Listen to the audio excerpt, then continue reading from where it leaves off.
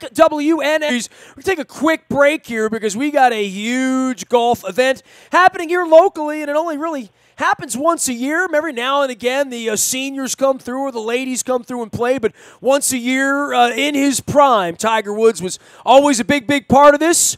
Robert Canady joins us. He is our golf insider, of course, down at Compass Point Golf, where they have 36 bikini wax greens down in Pasadena for you. And, of course, out this weekend in Maryland at Avenel, Tiger Woods, amongst many others, running around and hitting it professionally. This is the 1 week a year where everybody sort of flocks to this thing, right, Robert?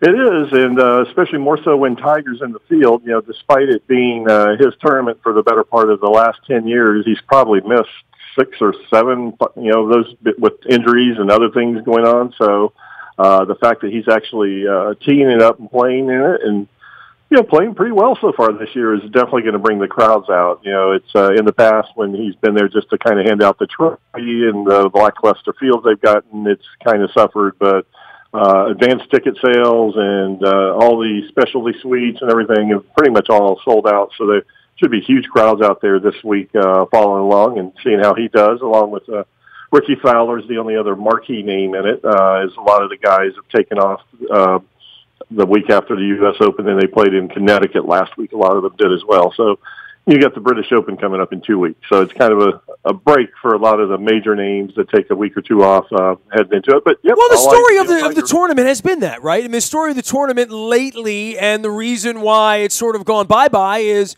that Tiger hasn't played, and it is a weird timing, right? Like that getting the best players has been difficult. I've always wondered why that's been, right? Like, you know, Washington, D.C., capital of the free world. There's plenty of money there, plenty of international money. I've never understood why this thing hasn't had more flair. It's a really good question because it's you know, it's been moved around a lot on the date by the on the calendar by the PGA. For a while, it was 2 weeks preceding the U.S. Open. You know, right after Jack's tournament in Ohio, and they had some of their best fields in. But that, you know, we're talking going back, you know, 10 plus 15 years ago with them. And then they started moving it, you know, into later June, right after the U.S. Open, where they're kind of at now, and that suffers.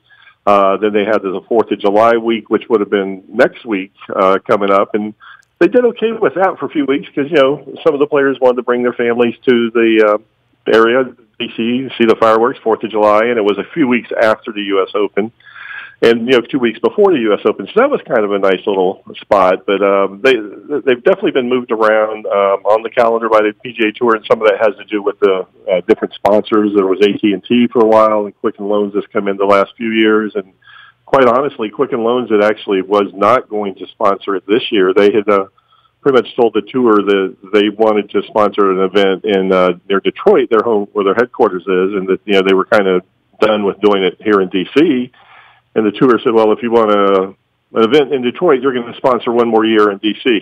So, you know, they kind of held them hostage with that. So they begrudgingly ponied up this year to title it. And so, yeah, the date has definitely not helped the crowds. And then the lackluster fields, you know, don't help. And the date has to do with the fields. So it kind of all goes hand in hand. So it's nothing like it was back in the early 2000s when Tiger was at his prime and they were playing at Congressional pretty much every year. Then Congressional, that's the other part of it, has gotten where they didn't want to do it every year.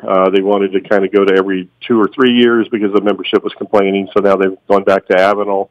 Even though it's been redesigned, it's still not a favorite course by a lot of the players, going back to some of the early days when the Fred Funk groups and everything that came through there, and, you know, kind of complained about conditions. So it's had its challenges, and this is probably going to be its last go round in the DC area for a while. So hopefully it'll be a good one with Tiger putting a new putter in play this week of all things too. So that's what do you make of Tiger at this point? I mean, you're a lifer golfer guy. I would say, look, you know, I follow all the other sports, right? So wherever you would be at the end of a career where you're wondering whether a guy, is LeBron ever going to win again, right? Like, we're wondering that about him. I think we wonder with A-Rod, was it over for him? And he had one last gasp. You know, anyone that's great. You know, we wanted Ali to come back and fight again. And, you know, we wanted Larry Holmes to come back and fight after he couldn't do it anymore. But in the case of Tiger, I guess the skill set and the muscle memory is so strong that you're always waiting to see, like I guess you did at the end of Jack Nicklaus's career, I guess 86, whatever year that was, where he had that miraculous run at the Masters, and say there's going to be one more weekend. You're waiting for it. Might not be a major either, right? But you're waiting for him to go win a tournament by 10 shots and to look like that 21-year-old kid again one more time, right? Yeah, that's pretty much it. It's, a lot of the analogies you described are spot on. I would put him maybe ahead of some of those. I don't think he's at the tail end of his career yet if he wants to be. I mean, you think he's going to win more than one tour? You think he's going to win several? You think he's going to win a major at some point? A major, I'm not sure. I think he will definitely win another tournament along the line. If you take the name Tiger Woods away from him, put him out there, he's a very good tour player, with about 120 others. He's the type that's going to contend, probably 7 or 8 times a year. And if it all comes down to putting with him, and it's easy to say because that's what it comes down to pretty much anyone that wins every week. But, I mean, he's driving it farther than he was, 10 years ago. He's up there, driving it with Dustin Johnson and Jason Day in these outings. So he can hit it as far as anyone. His iron game is still strong. So it's just whether he still has those little small twitch muscles that allow the short game and the putting to be even near what it was at his peak. There's still so many courses out there that he's had success on, such as Pebble Beach and Torrey Pines, Jack Nicklaus's, the Honda, some of these that he's won multiple times over years. That I think, in the next 2 or 3 years, he's definitely going to win one of those. Next year, the U.S. Open is at Pebble Beach, so that'll be, assuming nothing changes between now and next June, he'll be one of the ones that's talked about, as a huge favorite going in there, considering, he's won a U.S. Open there before and won tour events there before.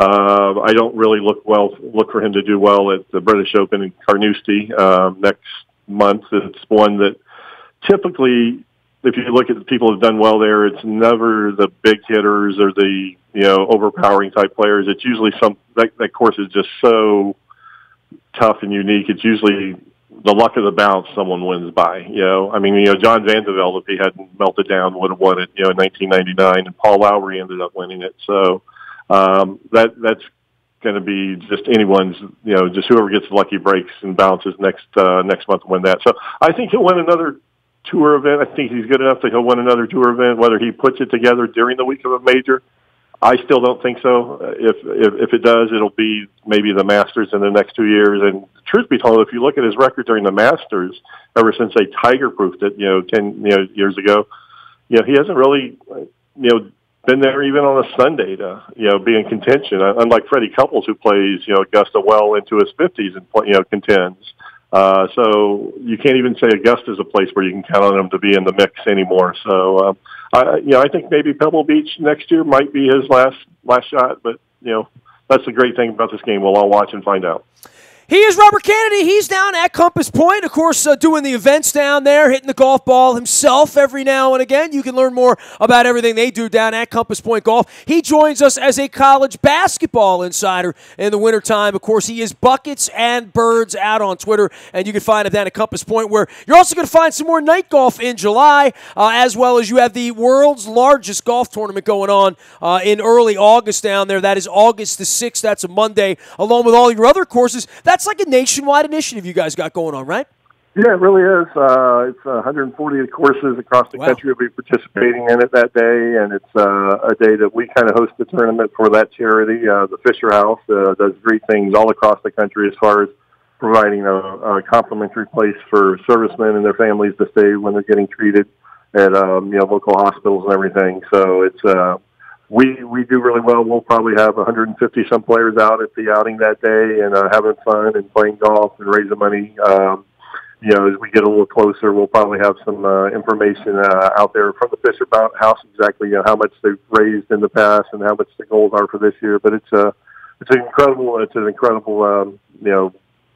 program that we're benefiting, and and it's a fun day to play some golf in August. Yeah. Well, and, I tell you what, golf is always fun. We've had all this hot weather here this week, and 4th of July and whatnot, and I know you've been vacaying and all that, but certainly we talk a lot in the wintertime. We do a lot of basketball, and we promote the golf course and whatnot, but this is the good times, right? Like literally anytime, day or night, you can come down and hit the ball 36 holes, drive a little bit, do it all down there at Pasadena Compass Point, right?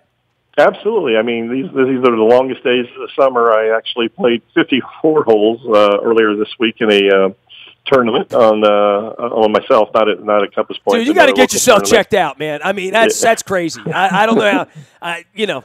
I wouldn't even do that with putt-putt. I mean, I can't do 54 holes of that down in Ocean City.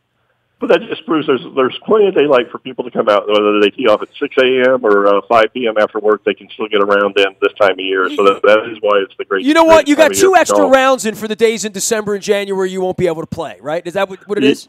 Well, it's easy to say that, but come December, that won't matter. I'll still be itching to get out there, if there's not snow on the ground. So I tell that to my wife when I get snow cones. I'm sort of addicted to shaved ice, so anytime I see a snowball stand, I'll get one. And she'll be like, "Didn't you just have one yesterday?" I'm like, "You don't understand. These things shut in October, and they don't come back again until like May. So like if you don't get it in the summer, it's like peaches are ripe right now. If you don't do it, forget about it, right? So golf is ripe right now, so you got to go out there and squeeze it like a ripe peach."